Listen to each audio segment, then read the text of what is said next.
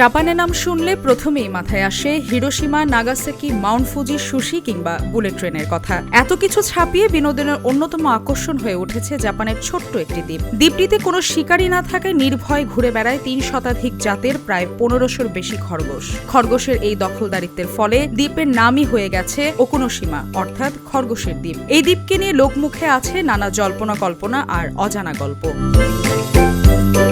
Japan সাগরের Hiroshima ও শিকুকু নামে দুটি দ্বীপের মাঝে ছোট্ট একটি দ্বীপ ওকুনোশিমা। এই ওকুনোশিমা দ্বীপই এখন খরগোশের দখলে।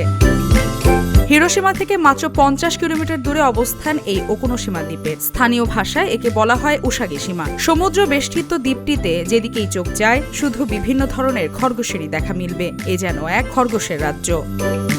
ওকুনোশিমা দ্বীপে এত খরগোশ কি করে এলো, এই নিয়ে আছে নানা মতবাদ। তবে বেশিরভাগ ক্ষেত্রেই ধারণা করা হয় দ্বিতীয় বিশ্বযুদ্ধের সময় গ্যাস কারখানায় কাজে ব্যবহার করা হতো খরগোশ। খরগোশের ওপর বিষাক্ত গ্যাস প্রয়োগ করে শত্রুপক্ষকে প্রতিহত করতে খরগোশগুলোকে ছেড়ে দেওয়া হয় এই দ্বীপে।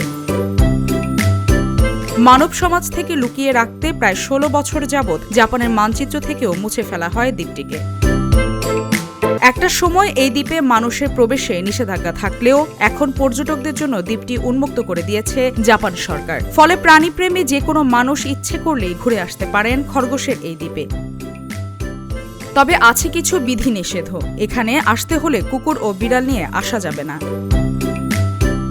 আচরণগত দিক থেকে অন্য বন্য খরগোশের তুলনায় বেশ আলাদা ওকুনোশিমা দ্বীপের খরগোশগুলো। এরা মানুষের সাথে থাকতেই বেশি স্বাচ্ছন্দ্য বোধ করে।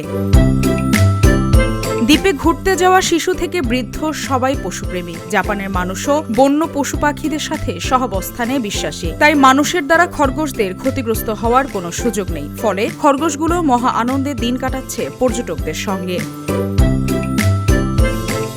মালিহা চৌধুরী, আয়না টেলিভিশন।